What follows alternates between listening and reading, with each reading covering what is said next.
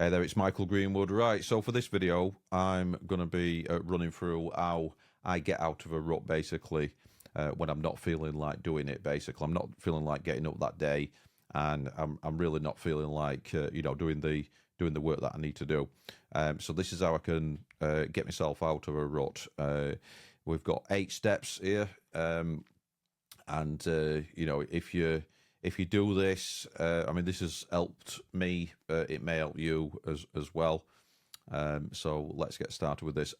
I'll start off by saying this week it's hay fever season, basically, in the UK. So we've got high pollen count. It's summer. I've been kind of suffering from hay fever, and on Wednesday I had to get through like a full day, and I wasn't as productive as I could have been, if I'd been feeling well. But I still got up out of bed, did my thing, right the way through to the evening as well. I was going out and seeing some friends, and I could have cancelled that, but I did it anyway. So I just had the discipline to get up, get the thing done, even though I wasn't feeling well, and I got that done. Now, some people might say, Michael, you should have stayed in bed and rested, or just had a down day. But even what I found is, look, there are certain instances where that is something that we need to do when, we're really, really worn out and we really need to do that. And that might be, you can give your body that extra recovery opportunity because you kind of been sedentary. But I just really did feel on Wednesday that wouldn't have really helped. I probably would have felt no better the next day.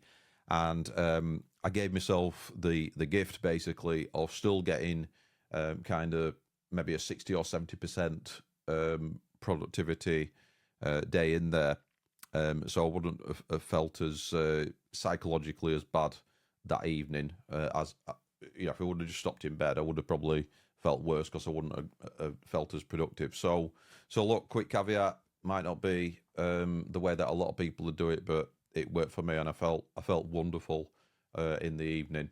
And then I had some symptoms again the next day, and but that's the thing. That's how it rolls. But they weren't as bad. So I seem to be getting better with the hay fever after taking some medication, some local honey, some hay fever tablets. I've had some painkillers, paracetamol, and stuff like that. So anyway, let's get into kind of my mindset and how it was a few days ago when I were actually doing the work but not feeling very well, but kind of letting the discipline, the routine take over and get the stuff done that I need to get done. What were in my mind when I were doing that? And let's follow through with these 8 steps so I can perhaps help you if you're ever feeling kind of down, but you're quite busy, you need to get some stuff done. And as a busy business owner, you can't always afford to take days off. When like these ad hoc days off when you're not feeling well, you sometimes have to power through things. So if you're juggling a lot, but you're feeling kind of stuck and maybe overwhelmed as well, this can help you as well. Just know you're not alone. There's help out there as well. So if you've got family members, friends, colleagues, associates who you can reach out to, and they say a problem shared is a problem halved as well. So these are some steps to help anyway. So number 1, just admit to yourself that you're in a bit of a rut, and you especially when you're not feeling well as well. But without kind of getting into guilt, because guilt is low vibrational energy. And you've got to be careful not to get into low vibrational energy. So we've got to stay in high vibrational frequencies. But it's okay to hit kind of a roadblock, in what we're doing. It's okay to feel overwhelmed. We can forgive ourselves for that. We don't want to get into guilt because guilt's low vibrational. But recognition and being able to take a step back and be introspective about what's going on and having clarity on things is where we want to be, and then we can deal with it. Because sometimes these things can creep up on us, and then we can start to feel overwhelmed with things. And overwhelm is really just lack of prioritization. So it's like um, being able to take a step back and meditate on things, and planning half an hour every day or so, or 20 minutes or 40 minutes, whatever you've got, to have some thinking time is really important. And if you can do more than that, that's even better. I think we can all kind of get into a mode where we being a busy fool and repeating the same things again and again, but not actually getting any further forward with things, and that can be one of the things that can be a catalyst to lead into overwhelm as well. So we're thinking in terms of priorities. We're thinking in terms of what's going to move the needle. If you're a business owner, you're going to be thinking in terms of how you can work more on the business and less in the business, basically. So more on, less in. And a lot of it is just recognizing what's going on and then being able to put some steps in place and having that thinking time, rather than just being kind of stuck down in the weeds of whatever we're doing, and then we can't see the wood for the trees. So it's very important to come up every so often, get some air, have a look around, have a top-down view.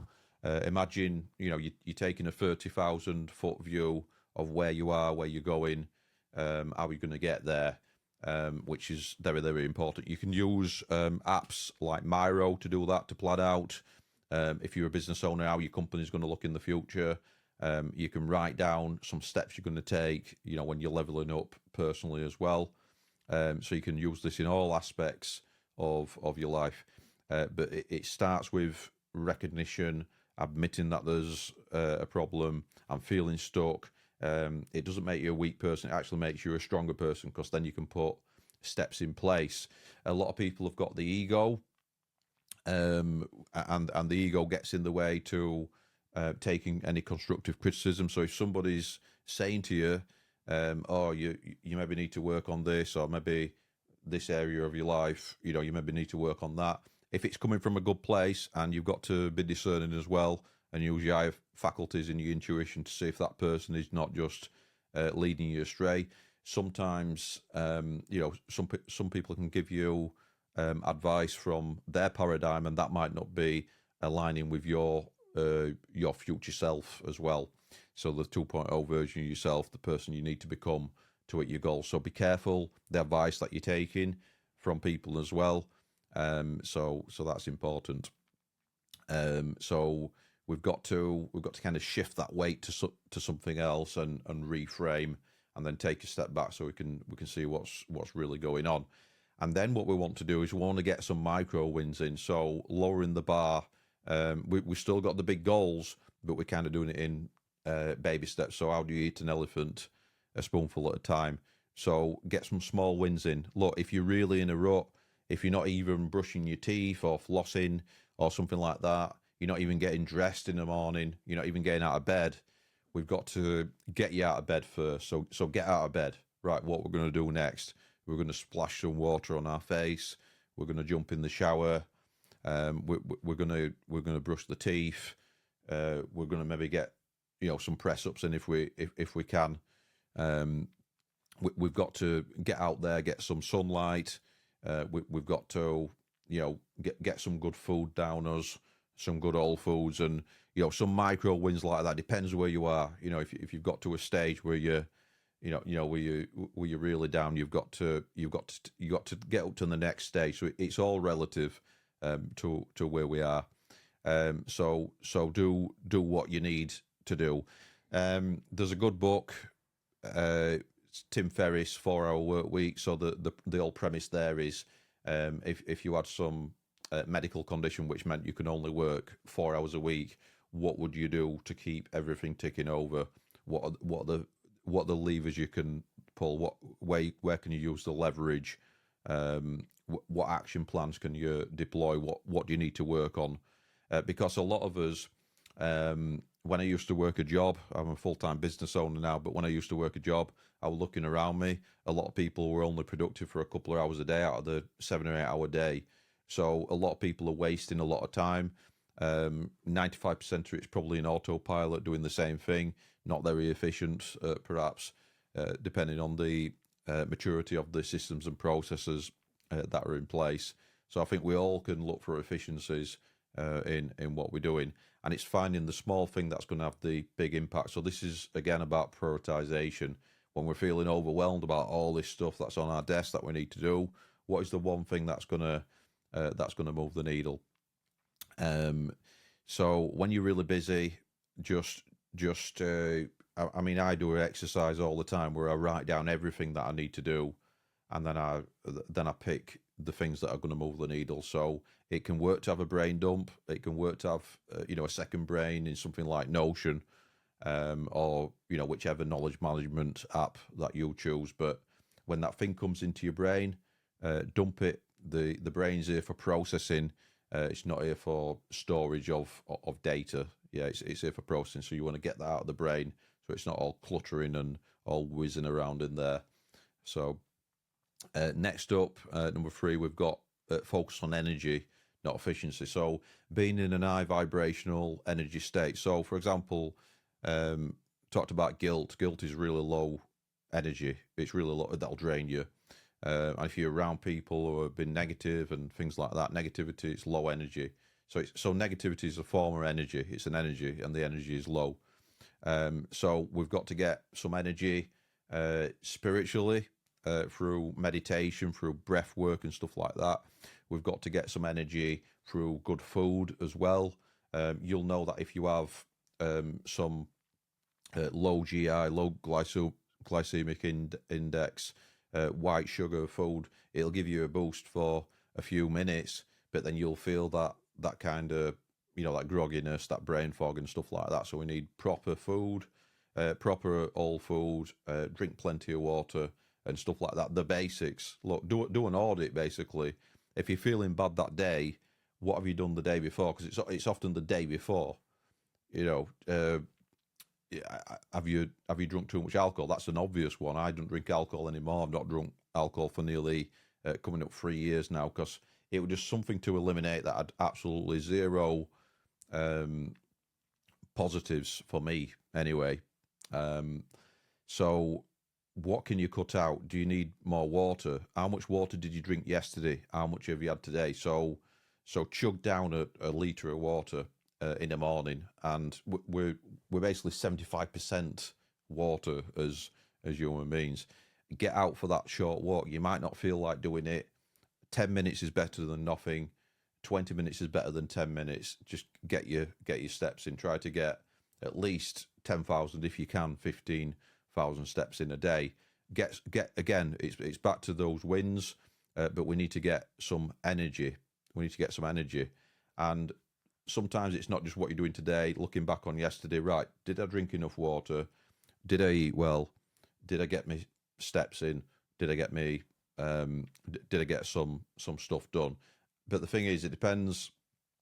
It depends on where you are now. You might be, let's say you're not walking at all, and you've just been basically focusing on the business, and then eventually what will happen is your body will start to suffer as a result of that, and your business will suffer. So anything that you do in terms of fitness and fuel, will have a 2x impact on whatever you do in your business. It's healthy body, healthy mind, and you need your mind for your business or your work, or whatever you're doing, whether you're a business owner, whether you're an employee, whatever. Screen time is a big thing. So 1 hour before going to bed, 1 hour after work, waking up, no phone, right? So if you're in the habit of waking up and then getting on your mobile phone, and then scrolling through apps and all that kind of thing for 10 minutes, stop doing that. Simple as that. Stop doing that. Get some blue light blockers before you go to bed. So no screen time now before going to bed. You'll have better sleep. Already mentioned this earlier, but offloading what's in your head. Your brain's for processing. It's not for storage. So I've got a planner. I use the Cal Newport time block planner, and I dump things into there. I dump things into. I've got ClickUp for project management, and I've got Notion for knowledge management. So I will be dumping things into these systems, into you can call it a second brain. somewhere. We've got so much inputs coming in, and it's often about trimming the fat. It's often about elimination before even adding any new things. A lot of people think, oh yeah, I need to get fitter. I need to do this. I need to do that. I need to do some press ups. I need to do some pull ups. I need to do some squats. But a lot of the things is actually what are you going to eliminate first, and you sometimes need to eliminate things before you start to add things. So you need to make way for the new by eliminating the old habits, and then you can form new habits. And a lot of it is transferring. So what I'll do is when I'm forming a new habit, I'll be stopping doing something and doing something to replace it. So when I stopped smoking over 20 years ago, I used to smoke. I started jogging instead because I got the kind of the nervous energy and stuff like that. That the jittery when you stop smoking energy. If anybody's ever stopped smoking, you'll know what I mean. It's nicotine's an highly addictive substance. You'll feel like you don't know what you've got need something in your hand because you're used to smoking. You've got what Sigmund Freud calls the oral fixation. You wanted to put the cigarette in your mouth, so you end up like, I don't know, putting a pen in your mouth or something like that. So you need to be doing something instead, not just sitting there and thinking about so you need to replace old habit with new habit, bad habit with good habit. So offload what's in your head. Get your feelings down, your thoughts down in a journal. So I write into a journal what's going on, so I can refer back to it. Or else things just merge into into one thing. You tend to remember events. The way the memory works is bad things and good things, basically. So clearing out that mental clutter is really, it can really help you. Next, number 5, we've got building momentum. So my momentum is built by doing little steps, basically. And actually, you might have limiting beliefs when you're starting to start something. So it might be, if I do that, it won't make any difference anyway. But you've got to overcome that if you want to, come out of this rut. So doing something anyway, because you know that might not make a difference today, it might not make a difference tomorrow or next week, but there'll be a compound effect over time. There'll be a cumulative effect of doing those inputs. So 2-minute rule. What can you do in 2 minutes? It often leads to more. So classic example is if you're struggling to get to the gym, if you want to go to the gym so you can be healthier and fitter and stronger, spending 2 minutes getting your gym kit out and your trainers or your sneakers the night before, so it's all there, so there's less friction. So 2 minutes doing that, and then spending 2 minutes just getting your water ready or getting your protein ready or something like that. So just spending 2 minutes, or spending 2 minutes if you get your kit on before you go to the gym. Some people get the kit on while they're there. I tend to get it on before I go. You put your shorts on, or you put your jogging bottoms on, or whatever. You put it all on.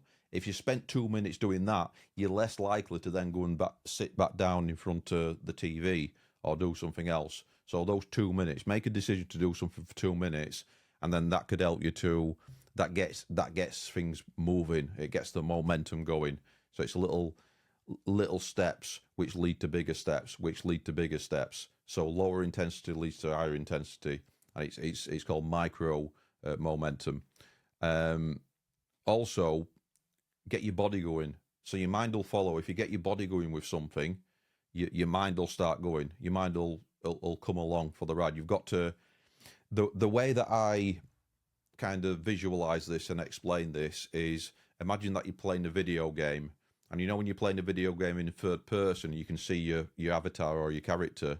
You're using the controller to move the body in the game, the person in the game. So you're the controller, you're the mastermind, you're moving with a controller in the game, your body. Imagine that you're doing that with your body. Yeah, so you're in control of your body. So get the body up with the controller, and it's just like it's a kind of mental trick that you can do to get yourself moving and get yourself doing it. So it's like you're giving your body an instruction with the controller. So try that little trick, see if that works for you. That works for me, and then change where you are, your environment design. So if you read James Clear's Atomic Habits, really great book.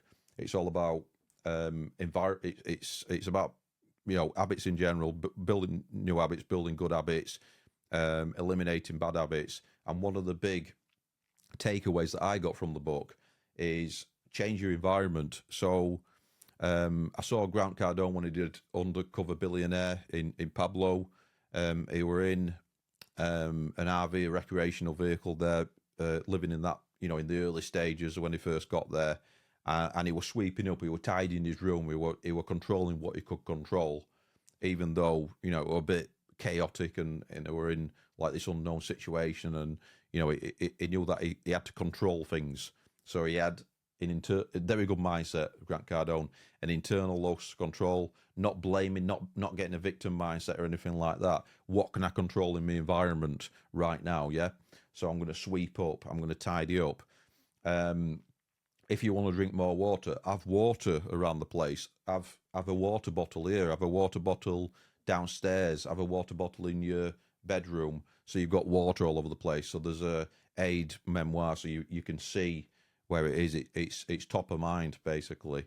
If you're feeling in a rut in one place, go and work in a coffee shop, go and work in an hotel lobby, go and work somewhere, go and work outside if you can, under a gazebo. We got a gazebo in the garden. I sometimes work out there. I've got the fresh air, I've got the birds tweeting. It's lovely. So change your environment. Next, building routines. We're creatures of habit as human beings. So building up routines really important. So morning routines really important to me. So getting up, no phone, like I said, for the first hour, no checking emails, nothing like that. So being kind to yourself in the morning. You can do a cold plunge. Cold plunge can really get the dopamine going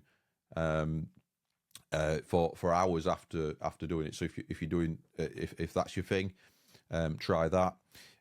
Breathing exercises, so you can do box breathing, which is really good, or different breathing techniques. So getting more oxygen in, controlling your breathing, and stuff like that. You can do guided meditation, really, really powerful. So your sleep only does so much. REM sleep, and sleep in general, obviously very, very important.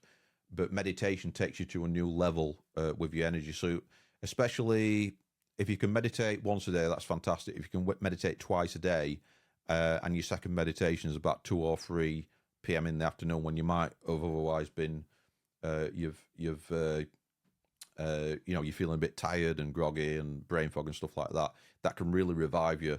And also starting to take naps as well. Somebody taught me a long time ago that rather than sleeping in if you're feeling tired, so rather than sleeping in 10 or 11 and then kind of being on the back foot with the rest of your day, get up early anyway, but then have a nap later on, so you can get, it's finding out what, working with your circadian rhythm, and making sure that you're in tune with it as well, and that you're going to bed at the same time every day, getting up at the same time every day, or at least within a 45-minute window. But then it's what you're doing in the day as well, working on tasks that are giving you energy and not kind of sapping and stuff like that.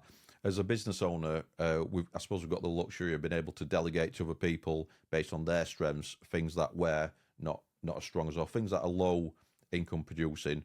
So things that we're leveraging other people's time, things that aren't really good use of our time anymore. Because we're growing and scaling a business. Build those routines.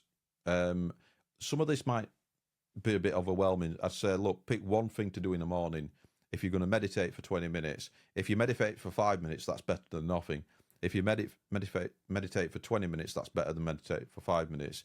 So whatever you can manage at that point, and you're better off starting with low intensity, as in just do something for 2 minutes. Remember that 2 minute rule. You're better off doing something for 2 minutes, because that might turn into 5 minutes or 20 minutes, rather than overwhelming yourself and saying, oh, I'm going to have to do 20 minutes now. Oh, I don't really want to do it. Start with the 2 minutes. Once you've got past the 2 minutes, if you feel like going on, even if you don't feel like going on, because it's not really about feelings, it's about committing to it and making that decision. But just do it, and you won't feel quite as much resistance once you've got into it for 2 minutes. And take it one day at a time. Just take things one day at a time. Something that is calming to you, basically. So it might be meditation. You find your thing. It might be yoga. It might be something else. It doesn't have to be what everybody else is doing. Yep. So next, number 7, looking honestly at your the whole thing, really. Everything that you're doing in terms of protecting your time. Are you working on the right things and all that kind of thing. So this is a time audit, basically. This is and you can do this with right, next 2 weeks, every 15 minutes when you're working, write down what you did. Right, what did you spend your time on? Did you get a call from a friend and then spend an hour on the phone to them, and you felt like doing it, but really, should you have been doing something else instead? And could that have waited till the weekend? Should you have really done that in Monday to Friday or whatever? So it's things like that where you start to protect your time. Or did you get a cold call from somebody and it wasn't even a good fit? They were trying to, I don't know, save you money on your energy bills, but that's not really your priority at this time. Like saving you 20 quid or whatever versus you going out and getting new business, which might be a few grand. It's not really a good use of your time at this time, is it? Yeah. Or could you get like a virtual assistant or something to go and save you that money, that 20 quid, and that would be, you're paying them less than what your rate is and everything. So it's things like that where you start to look at protect your time.